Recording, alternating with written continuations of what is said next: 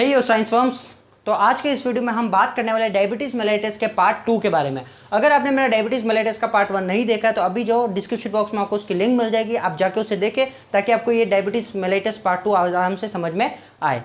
इस वीडियो को स्टार्ट करने से पहले मैं कहना चाहूँगा कि डायबिटीज़ मेलाइटिस जो है वो क्या होता है, अपन ने फर्स्ट पार्ट में देख रखा है कि डायबिटीज़ का मतलब हो गया इंसुलिन से रिलेटेड, यानी इंसुलिन की कमी होना शरीर में, ठीक है ना। अगर इंसुलिन शरीर में कम हो जाता है तो ग्लूकोज जो ब्लड में पाया जाता है वो सेल्स में ट्रांसफर नहीं हो पाता और ब्लड में बना रहता है, जिसके कारण ब्लड का ग्लूकोज लेवल बढ़ जाता है। अब अपन बात करें इस वीडियो में उसकी पैथोफिजियोलॉजी के बारे में कि पैथोफिजियोलॉजी डायबिटीज मेलाइटिस होता कैसे है और उसके कारण क्या क्या साइन एंड सिम्टम शो करते हैं, ठीक है ना। तो अपन वहां पे भी ध्यान रखेंगे इंसुलिन के बारे में। इनसफिशिएंट इंसुलिन कहने का मतलब इंसुलिन जो है वो काफी कम मात्रा में, ठीक है ना। अब इंसुलिन का कम मात्रा में होने के कारण वहां पे जो ग्लूकोज का अपटेक है, ठीक है ना, वो ग्लूकोज का अपटेक क्या हो जाएगा, बिल्कुल कम हो जाएगा, क्योंकि टिश्यूज के अंदर क्या हो रहा है, ग्लूकोज जा ही नहीं रहा है। टिश्यूज के अंदर ग्लूकोज का अपटेक कम होना, जिसके कारण अब मैंने आपको बोला था इंसुलिन जो होता है वो टिश्यूज के अंदर भेजता है ग्लूकोज को, यानी इंट्रासेलुलर वो ग्लूकोज को भेजता है, एक्स्ट्रा सेलुलर से यानी हमेशा ग्लूकोज जाता है ECF से ICF की तरफ, यानी एक्स्ट्रा सेलुलर फ्लूइड से इंट्रासेलुलर फ्लूइड में जाता है। अगर मैं बात करूं कि यहाँ एक्स्ट्रा सेलुलर के अंदर अगर ग्लूकोज पड़ा है और इंसुलिन के कारण कहीं नहीं जा पा रहा है तो एक्स्ट्रा सेलुलर में हो जाएगा हाइपरग्लाइसीमिया, यानी कि इंसुलिन क्या कर रहा है, ग्लूकोज को ले जा ही नहीं पा रहा, वहीं पड़ा है, तो उसके कारण वहां क्या हो जाएगा, एक्स्ट्रा सेलुलर हाइपरग्लाइसीमिया। अब अगर बात करें कि एक्स्ट्रा सेलुलर हाइपरग्लाइसीमिया के कारण क्या क्या सिम्टम आएंगे, तो इसके अंदर सबसे पहले हाइपर ऑस्मोटिक प्लाज्मा, यानी प्लाज्मा के अंदर हाइपर ऑस्मोसिस हो जाएगा। इसके कारण वहां पे डिहाइड्रेशन होगा सेल का, और सेल का डिहाइड्रेशन होने के कारण वहां पे कोमा की कंडीशन आएगी, जिसको अपन बोलते हैं हाइपरग्लाइसेमिक कोमा। अब बच्चे पूछते हैं हाइपरग्लाइसेमिक कोमा क्या होता है, तो आप कह सकते हो कि इनसफिशिएंट इंसुलिन के कारण जब टिश्यूज का अपटेक ग्लूकोज का 0 हो जाता है, जिसके कारण एक्स्ट्रा सेलुलर हाइपरग्लाइसीमिया होता है, उसके कारण प्लाज्मा में हाइपर ऑस्मोसिस होना, जिसके कारण डिहाइड्रेशन ऑफ सेल होना, और उसके कारण पेशेंट हाइपरग्लाइसेमिक कोमा में जा सकता है। अगर बात करें सेकंड पॉइंट की, तो ब्लड के अंदर ग्लूकोज बढ़ रहा है। अब अगर ब्लड में ग्लूकोज बढ़ रहा है तो उसके कारण क्या होगा, रीनल थ्रेशोल्ड बढ़ेगा, रीनल थ्रेशोल्ड से ज्यादा बढ़ेगा, यानी ग्लूकोज क्या हो गया, रीनल थ्रेशोल्ड से ज्यादा बढ़ गया, यानी कि अब जो ग्लाइकोसूरिया की कंडीशन आएगी। अब ग्लाइकोसूरिया क्या है, तो ग्लाइकोसूरिया का मतलब हो गया यूरिन के अंदर ग्लूकोज की मात्रा ज्यादा आना। अब अगर यूरिन के अंदर ग्लूकोज की मात्रा ज्यादा आ रही है तो वहां पे क्या रहेगा, हाई सीरम ग्लूकोज अपटेक रहेगा, यानी सीरम के अंदर ग्लूकोज के मान ज्यादा रहेगा, जिसके कारण पेशेंट को ऑस्मोटिक डायलिसिस हो सकता है। अब ऑस्मोटिक डायलिसिस में क्या क्या होता है, तो बात करते हैं पॉलीयूरिया। पॉलीयूरिया का मतलब हो गया बार बार ज्यादा यूरिन जाना। पॉलीडिप्सिया यानी कि प्यास बार बार लगना, अधिक प्यास लगना। हाइपोकैलेमिया यानी पोटेशियम की मात्रा का कम हो जाना। और हाइपोनेट्रीमिया, हाइपोनेट्रीमिया का मतलब हो गया सोडियम की मात्रा कम हो जाना। यानी कि अगर मैं कहता हूं कि ऑस्मोटिक डायलिसिस क्या होता है और डायबिटीज मेलाइटिस के जो मेन सिम्टम है वो कैसे आते हैं, तो अपन बात कर सकते हैं ब्लड ग्लूकोज का लेवल क्या हो जाना, बढ़ जाना, जिसके कारण क्या होगा, ग्लाइकोसूरिया होगा, और ग्लाइकोसूरिया के कारण ऑस्मोटिक डायलिसिस होता है, जिसके कारण पॉलीयूरिया, पॉलीडिप्सिया, हाइपोकैलेमिया और हाइपोनेट्रीमिया देखने को मिलता है। अब बात करते हैं, ये तो थी एक्स्ट्रा सेलुलर की। अब बात करते हैं इंट्रासेलुलर हाइपोग्लाइसीमिया की। इंट्रासेलुलर में क्या होता है, ग्लूकोजेनेसिस और ग्लूकोनियोजेनेसिस होती है। अब क्यों होती है भाई, देखो सीधी बात है, ग्लूकोज अगर ICF में नहीं जा रहा है, इंट्रासेलुलर नहीं जा रहा है, तो उसके कारण क्या होगा, अब इंट्रासेलुलर के पास ग्लूकोज नहीं, तो वो क्या करेगा, खुद से ग्लूकोज बनाने की कोशिश करेगा। वापस समझाता हूं, इंट्रासेलुलर अगर ग्लूकोज नहीं जाएगा तो वो खुद ग्लूकोज बनाने की कोशिश करेगा, और अगर खुद ग्लूकोज बनाने की कोशिश करेगा तो वो क्या करेगा, जब उसके पास ग्लूकोज नहीं है तो वो क्या करेगा, फैट को तोड़ेगा। फैट को तोड़ेगा या फिर तोड़ेगा प्रोटीन को। अब दो कंडीशन हो गई, या तो फैट को या प्रोटीन को। अगर फैट को ब्रेक डाउन करता है, ठीक है, तो उसके कारण क्या होगा, कीटोन बॉडीज बनेगी, और उसके कारण क्या होगा, डायबिटीज कीटोएसिडोसिस। अब बच्चे पूछेंगे सर कि डायबिटिक कीटोएसिडोसिस क्या होता है, कैसे कीटोन बॉडीज बन रही है, तो जब अपन फास्ट करते हैं, यानी जब अपन व्रत रखते हैं, एक पूरा दिन 2 दिन तक खाना नहीं खाते, अनशन पे रहते हैं, तो अपना बॉडी को जब कार्बोहाइड्रेट नहीं मिला, अपन को ग्लूकोज नहीं मिल रहा है, तो अपनी बॉडी क्या करती है, फैट को तोड़ती है, और फैट तोड़ने के कारण वह कीटोन बॉडीज का निर्माण होता है, जिसके कारण मुंह से गंदी दुर्गंध आती है, ठीक है ना, और उसको बोलते हैं कीटोएसिडोसिस का मेन सिम्टम जो मुंह से बदबू आना। तो इसको कह सकते हैं, इसके कारण पेशेंट को डायबिटिक कीटोएसिडोसिस हो सकता है। बात करते हैं, ये तो हो गई पहली कंडीशन। अब दूसरी कंडीशन, जिसके अंदर क्या होता है, प्रोटीन का ब्रेकडाउन होता है। अब अगर प्रोटीन का ब्रेकडाउन होगा तो वहां पे डिक्रीज होगा प्रोटीन का सिंथेसिस, यानी प्रोटीन बनना कम होगा। अब आप भी जानते हो अगर प्रोटीन का कम हो गया तो प्रोटीन के सारी फंक्शन क्या होंगे, डिक्रीज होंगे। कैसे, कैकेक्सिया। कैकेक्सिया का मतलब हो गया शरीर में कमजोरी आना, क्षीणता आना, दुर्बलता आना। तो कैकेक्सिया का मतलब हो गया शरीर में कमजोरी आएगी। दूसरा लिथार्जी। लिथार्जी का मतलब हो गया थकान आना, यानी पेशेंट जल्दी थकेगा। पॉलीफेजिया। पॉलीफेजिया एक इंपॉर्टेंट है जिससे अपन पढ़ते हैं, डायबिटीज मेलाइटिस का एक सिम्टम है पॉलीफेजिया, जिसके अंदर पेशेंट को क्या बार बार भूख लगती है और ज़्यादा से ज़्यादा वो खाना खाने की कोशिश करेगा ताकि प्रोटीन की कमी को वो पूरा कर सके। फिर आता है ससेप्टेबल टू इन्फेक्शन, पेशेंट जो है वो इन्फेक्शन के प्रति ससेप्टेबल होगा, उसको जल्दी से इन्फेक्शन होने का चांस रहेगा। इसके अलावा जो मेन सिम्टम इसका डिक्रीज वुंड हीलिंग, यानी पेशेंट का घाव बढ़ने में टाइम लगेगा, जिसको बोलते हैं डिक्रीज्ड वुंड हीलिंग। तो ये थे आपके इंट्रासेलुलर हाइपोग्लाइसीमिया के कारण होने वाले ग्लूकोजियोनेसिस और ग्लूकोनियोजेनेसिस, जिसके कारण फैट का ब्रेकडाउन और प्रोटीन का ब्रेकडाउन होता है। फैट टूटने से डायबिटिक कीटोएसिडोसिस और प्रोटीन के टूटने के कारण डिक्रीज वुंड हीलिंग। अगर बात करें एक्स्ट्रा सेलुलर की वापस, तो एक्स्ट्रा सेलुलर में हाइपरग्लाइसेमिक कोमा और साथ ही साथ हाइपोनेट्रीमिया वाले ऑस्मोटिक डायलिसिस की कंडीशन आपको देखने को मिलेगी। तो ये थी पैथोफिजियोलॉजी ऑफ डायबिटिक मेलाइटिस। अब बात करेंगे हम डायबिटिक मेलाइटिस के क्लिनिकल मैनिफेस्टेशन के बारे में कि इसके क्लिनिकल मैनिफेस्टेशन क्या होते हैं। अभी अपन ने बात करी थी पैथोफिजियोलॉजी के बारे में कि पैथोफिजियोलॉजी के कारण क्या क्या साइन और सिम्टम आ सकते हैं, कैसे डायबिटिक कीटोएसिडोसिस हो सकता है, किस तरह से अपन बात करें तो कोमा में जा सकता है पेशेंट, पॉलीयूरिया हो सकता है, पॉलीडिप्सिया हो सकता है। तो अभी उन्हीं साइन और सिम्टम के बारे में बात करते हैं। पॉलीयूरिया, पॉलीयूरिया का मतलब हो गया यूरिन का ज्यादा मात्रा में आना। एलिवेटेड ब्लड ग्लूकोज लेवल, यानी ब्लड का ग्लूकोज लेवल बढ़ जाना। फैटिक, फैटिक का मतलब हो गया थकान।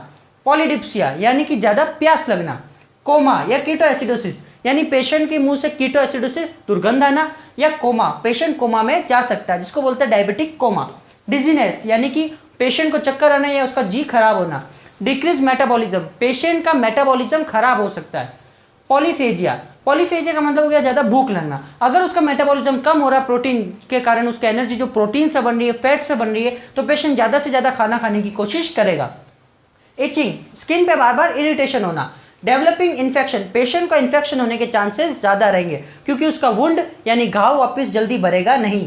Pen, do not go away pain killers, pain जो है वो पेन किलर की सहायता से दूर नहीं होता, यानी पेन बना रहता है। माइक्रोवेस्कुलर न्यूरोपैथी, माइक्रोवेस्कुलर न्यूरोपैथी का मतलब हो गया कि पेशेंट की जो पतली वेसल्स पाई जाती है, हल्की माइक्रोवेसल्स पाई जाती है, उनके अंदर खराबी आना। इसका एक उदाहरण देता हूं मैं, रेटाइनल डी अटैचमेंट या रेटाइनोपैथी, जिसके अंदर क्या होता है कि रेटाइना के पीछे जो माइक्रोवेसल्स पाई जाती है उसका क्या हो जाता है, खराबी आ जाती है उसके अंदर, उसका क्या हो जाता है, डीजनरेशन होने लग जाता है, यानी टूटने लग जाती है, जिसके कारण रेटाइना क्या होती है, अपनी जगह से अटैचमेंट छोड़ देती है, जिसको बोलते हैं माइक्रोवेस्कुलर न्यूरोपैथी।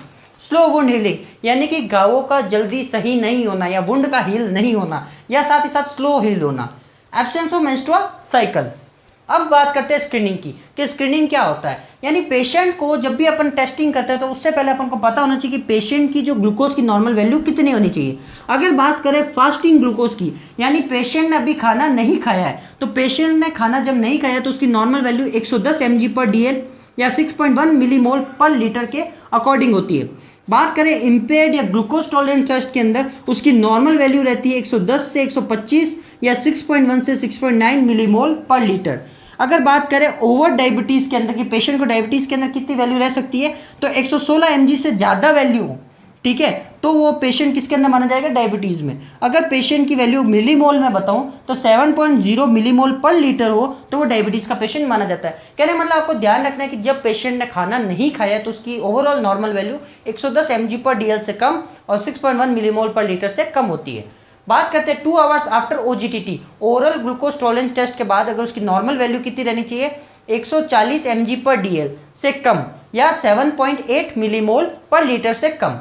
बात करें उसके ग्लूकोज टॉलरेंस वाली में तो उसकी 140 से 199 mg/dl या 7.8 से 11.1 मिलीमोल पर लीटर रहनी चाहिए। बात करें डायबिटिक पेशेंट की तो 200 से ज़्यादा या 200 mg/dl जब पेशेंट की वैल्यू आती है तो उसको डायबिटीज़ के अंदर लेंगे, या फिर 11.2 मिलीमोल पर लीटर आए या उससे ज़्यादा है तो आप उस पेशेंट को डायबिटिक में अंदर लोगे। तो ये थे आपकी स्क्रीनिंग के अंदर नॉर्मल वैल्यू, इम्पेयर्ड वैल्यू और ओवर डायबिटीज़ की वैल्यू। बात करिए हमने क्लिनिकल मैनिफेस्टेशन की और उसके पेशेंट के स्क्रीनिंग की। अब बात करेंगे हम डायबिटीज मेलाइटस के डायग्नोसिस के बारे में कि हम कैसे कह सकते हैं कि पेशेंट को डायबिटीज है या नहीं है। तो बात करते हैं इसके पहले डायग्नोसिस की, fasting blood glucose test. Fasting blood glucose test, इसके अंदर क्या बात की जाती है, it measures after not eating 8 to 12 hour. ये पेशेंट के 8 से 12 घंटे खाना खाने के बाद या खाना खाने के पहले चेक किया जाता है। खाना खाने के बाद इसलिए 8 और 12 घंटे रुका जाता है ताकि अपन पेशेंट का फास्टिंग, यानी जब पेशेंट ने किसी भी तरह का ग्लूकोज अपटेक नहीं किया है उस दौरान उसका ब्लड ग्लूकोज लेवल कितना था नॉर्मल, अपन चेक करते हैं। अभी मैंने आपको स्क्रीनिंग के अंदर बात की थी इसकी नॉर्मल वैल्यू कितनी होती है और डायबिटीज पेशेंट के अंदर कितनी होती है, वही बात अभी अपन यहाँ करेंगे। Normal blood glucose level, normally इसका ब्लड ग्लूकोज लेवल पाया जाता है 100 mg/dl के अंदर अंदर।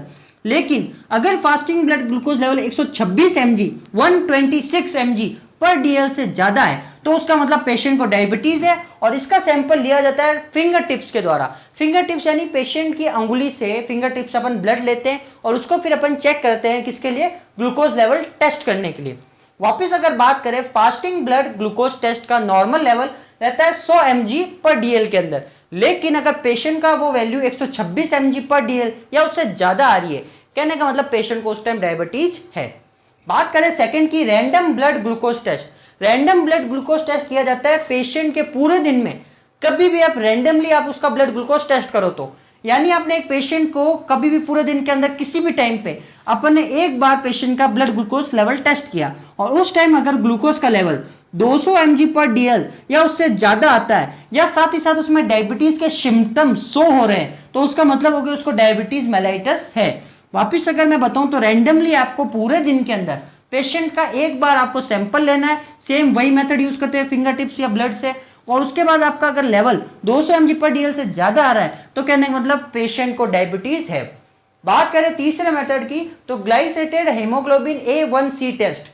ये ज्यादातर नॉर्मली पढ़ा जाता है जब पेशेंट खुद ग्लूकोज लेवल को कंट्रोल करने की कोशिश करता है। कुछ डायबिटीज पेशेंट क्या करते हैं, खुद ही अपने डायबिटीज को कंट्रोल करने की कोशिश करते हैं, तो glycated haemoglobin A1C test, glycated haemoglobin A1C test, इसको बोला जाता है A1C test. It indicates the blood glucose level for past 3 to 4 month.